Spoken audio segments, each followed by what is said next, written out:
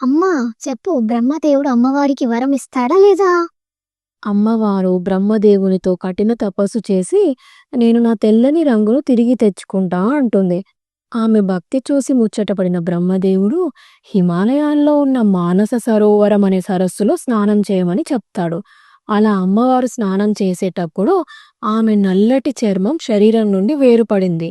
ఆ నల్లని చర్మం నుండి కౌశికీ దేవి రూపం పుట్టింది.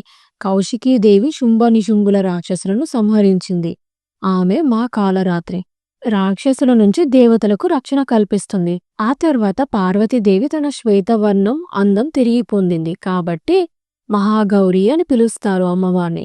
మహాగౌరి అంటే అత్యంత శ్వేతవర్ణం కలది అని అర్థం. అసలు తెలుసా, మహాగౌరి మీద చాలా కథలు ఉన్నాయి, కానీ అందులో కొన్ని పాపులర్ అయినవి ఇవి.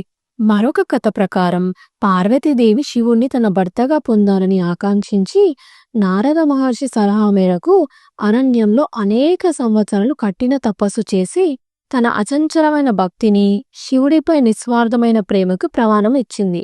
అన్ని సుఖాలను, ఆహారాన్ని వదిలేసి ఎండ, వాన, చలి సహిస్తూ తపస్సు చేయడంతో కొంతకాలానికే ఆమె శరీరం ధూళి, మట్టి, ఎండిన ఆకులతో కప్పబడి శరీర సౌందర్యం అంతా దాచుకుపోయింది. మహాదేవుడు ఆమె భక్తికి ప్రసన్నమై తన సహస్ర సూర్య వెలుగులు పోలిన దివ్య రూపాన్ని చూపించాడు. తన జటాలతో ప్రవహిస్తున్న పవిత్ర గంగాజలంతో ఆమె స్నానం చేయగా ఆమె మల్లె పువ్వుల తెలుపు వర్ణంలో తెల్లటి వస్త్రాలు ధరించి మహాగౌరి రూపంలో దర్శనమిచ్చింది. మహాగౌరి దేవి 4 చేతులు కలిగినవారు. ఆమె ఒక చేతిలో త్రిశూలం, మరొక దానిలో డమరు ఉంటాయి. ఆమెని దయ, ధర్మాల దేవతగా పూజిస్తారు. ఆమె వృషభం అంటే తెల్లటి ఎద్దుపై విహరిస్తుంది. ఆమె వయసు 9 సంవత్సరాలు మాత్రమే అని చెప్తారు.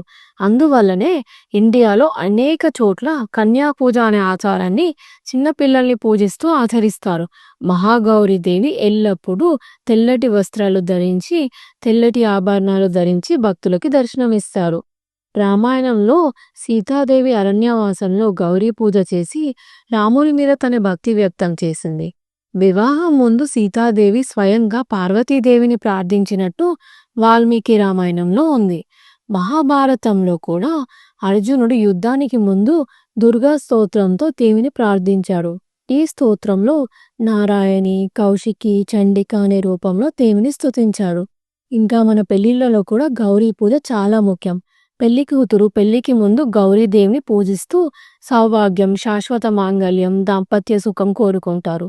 ఈ పూజల్లో పెళ్లి కూతురు పార్వతీదేవిని తన ఆదర్శంగా భావిస్తూ శివపత్నిగా ఉన్న స్థైర్యం, ప్రేమ, సహనశక్తి తన జీవితంలో కూడా ఇవ్వమని కోరుకుంటుంది. మహారాష్ట్రలో ఘటస్థాపన తర్వాత అష్టమి, నవమి రోజుల్లో ప్రత్యేకంగా గౌరీ పూజ చేస్తారు.